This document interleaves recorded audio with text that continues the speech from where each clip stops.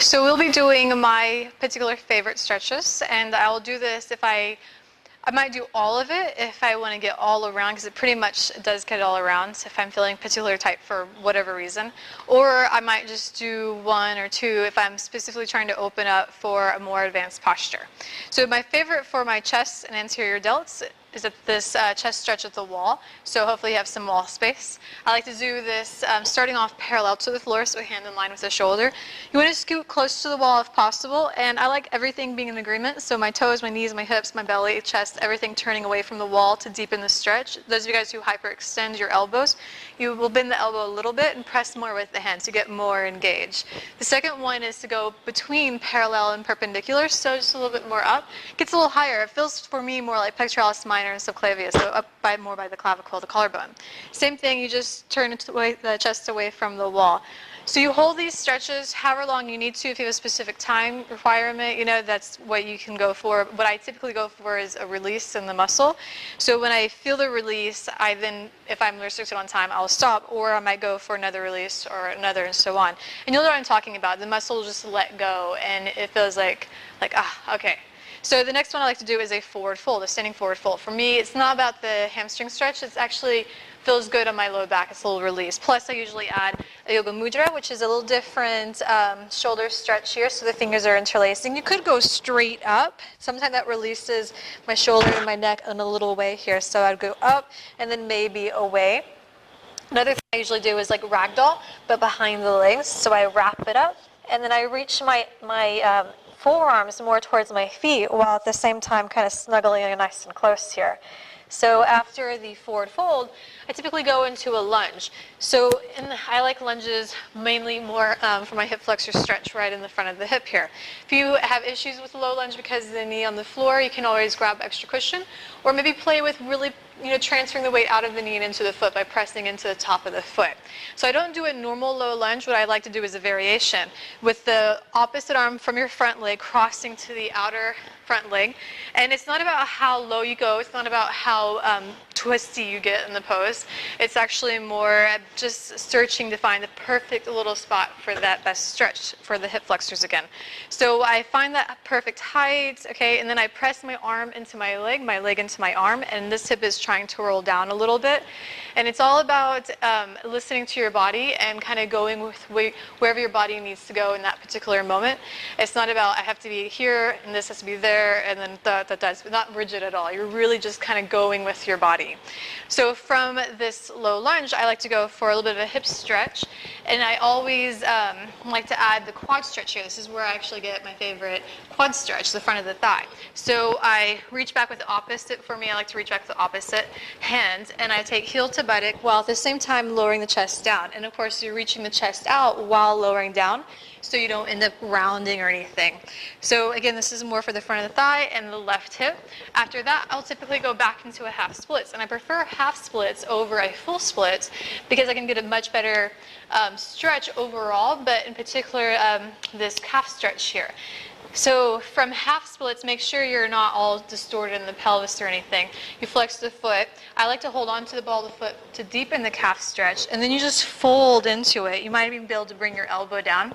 Keep reaching chest to toes, toes to chest. At this point, I'm reaching the crown of my head to my toes. You just hold and breathe, again, working with your body. Don't ever force yourself in a stretch. After the half splits, I move in for more of a hip stretch, half pigeon. I practice half pigeon with my shin parallel to the front end of the mat, and I always flex my foot.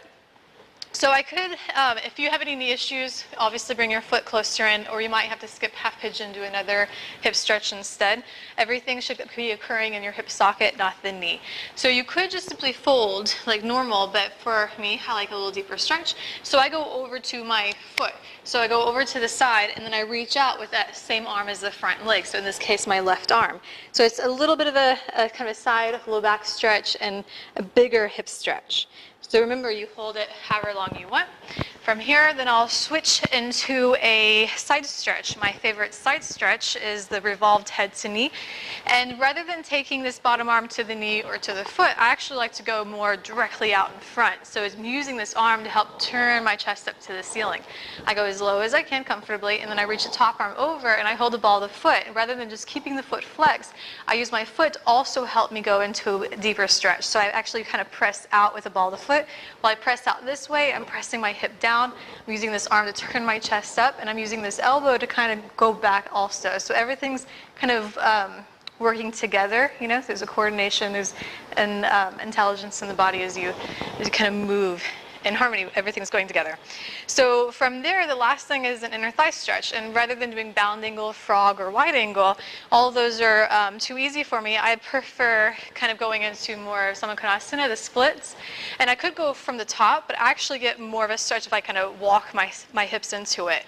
So oftentimes when I walk into it, though, my feet will kind of just keep going with me. So I have to really hook my feet on my mat that sit, and then you might see the mat kind of bunch up a little bit because my feet want to go forward, but I try to stop it from going forward. So as I walk my hips forward, I might find a particular spot that that I'll just kind of hang out in, like literally hang out in. And then once I feel the release, I'll kind of sit down and then maybe hold there for however long, and then scoot a little forward, maybe again hanging out here, and then releasing down. So I repeat that process however long I need to until I feel again that nice opening in the body. So remember, you're listening to your body. You're never forcing yourself into a position your body's not ready for. Your body has this natural protection mechanism. So if you are going too deep in a stretch, it's going to go on lockdown. It's a good thing. It's, again, protecting your body.